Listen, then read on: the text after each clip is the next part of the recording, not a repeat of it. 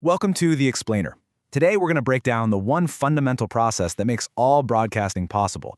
I'm talking about radio frequency, or RF, modulation. Now for this explainer, we're actually diving into a specific part of a much bigger series. It's called Modern Broadcast Transmission, a 40-part series from Virtualization Options LLC. We're going to focus just on the content from Chapter 10, modulation techniques, so we can really get to the heart of how all this stuff works.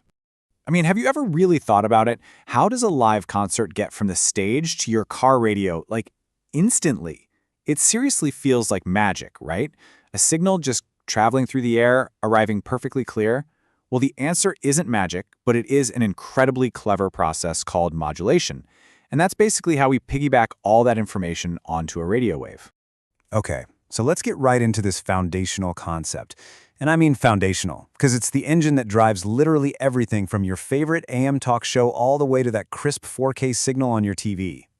All right, in the simplest terms I can think of, picture a perfectly smooth, stable radio wave. We call that the carrier wave, and you can think of it like a blank slate. It's just there. Modulation is the process of writing our message, the audio from that concert, onto that carrier wave.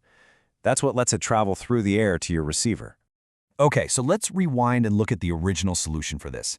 The first major one developed for broadcasting, and it's a technology that's still very much with us today. You've for sure heard of it. So with AM, it's all about varying the carrier signal's strength, or what we call its amplitude, to match the audio. The best way to picture this is that the radio wave is literally shouting the loud parts of a song and whispering the quiet parts. The louder the music, the stronger the wave. The quieter the music, the weaker the wave. Simple as that. So here's the crucial part. The thing you have to remember about AM. The strength of the wave changes, but its frequency, that's how many waves pass by per second, that stays completely locked. That's the whole game for AM. And that one simple fact is what gives AM its classic pros and cons. That long-range ability, that's why you can sometimes pick up an AM station from hundreds of miles away, especially at night. But, and this is a big but, since the information is all in the amplitude, it's super easy to disrupt. Think about lightning strikes. Old power lines, they create amplitude-based noise. And what do we hear? Static. So that whole noise problem with AM, it was a huge limitation, especially when you're trying to listen to music. Nobody wants static in their symphony, right? So this led engineers to cook up a brilliant new solution, all about sending much higher quality audio. See, instead of trying to just shout louder over all that static, FM does something completely different. It changes the pitch or the frequency of the radio wave to carry the audio. So the louder the sound, the more the frequency wiggles away from its center point. It's a totally different approach. And this is the brilliant part. With FM, the strength or amplitude of the wave stays totally constant. And remember all that static and electrical noise we talked about? Well, most of it is amplitude-based. So an FM receiver can just ignore it. It tunes it right out. And that's exactly why it's so resistant to static. Which, of course, is why your favorite music station is on FM. It just sounds so much clearer. But that high-fidelity sound comes at a price. It needs a lot more bandwidth, a bigger slice of the airwaves. And its signal travels in a straight line, which is why you lose the station the second you drive behind a big hill or into a tunnel. It's a classic line-of-sight issue. All right, let's fast forward to the modern era, because here, the game completely changed. The challenge wasn't just about sending one clear audio channel anymore. No way. It was about sending massive, massive amounts of digital data for things like high-def TV and all the streaming we do on our phones. You see, AM and FM were built for one job, a single audio channel. But to send something like an HD TV video stream, we needed entirely new, way more complex ways to modulate. We had to figure out how to pack a ton more information into the same radio wave, and do it reliably too.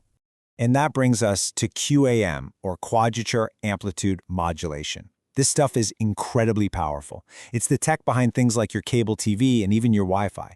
Now, here's why it's so clever. It changes two things at once, both the amplitude and the phase of the wave. Think about it this way. If AM and FM were like writing a message using only the letters A and B, QAM is like getting the entire alphabet. You can just say so much more, so much faster. Next up is 8VSB. This is the absolute workhorse behind our current over-the-air digital TV. So it's kind of like amplitude modulation, but with a really cool twist. Instead of the signal strength varying all smoothly like on your AM radio, it just snaps to one of 8 different power levels, kind of like a dimmer switch with 8 distinct clicks. This makes the signal super robust and really easy for a fixed antenna like that thing on your roof to decode reliably. And that brings us to the latest and greatest OFDM. This is the real magic behind the next-gen TV standard, ATSC 3.0. So instead of putting all its eggs in one basket on one big carrier wave, OFDM is way smarter. It splits the data across thousands of tiny little subcarriers. Why does that matter? Well, it makes it incredibly good at dealing with signals that bounce off buildings and hills, what engineers call multipath. And that's the secret sauce. That's what makes it perfect for getting a stable TV picture on your phone or in your car.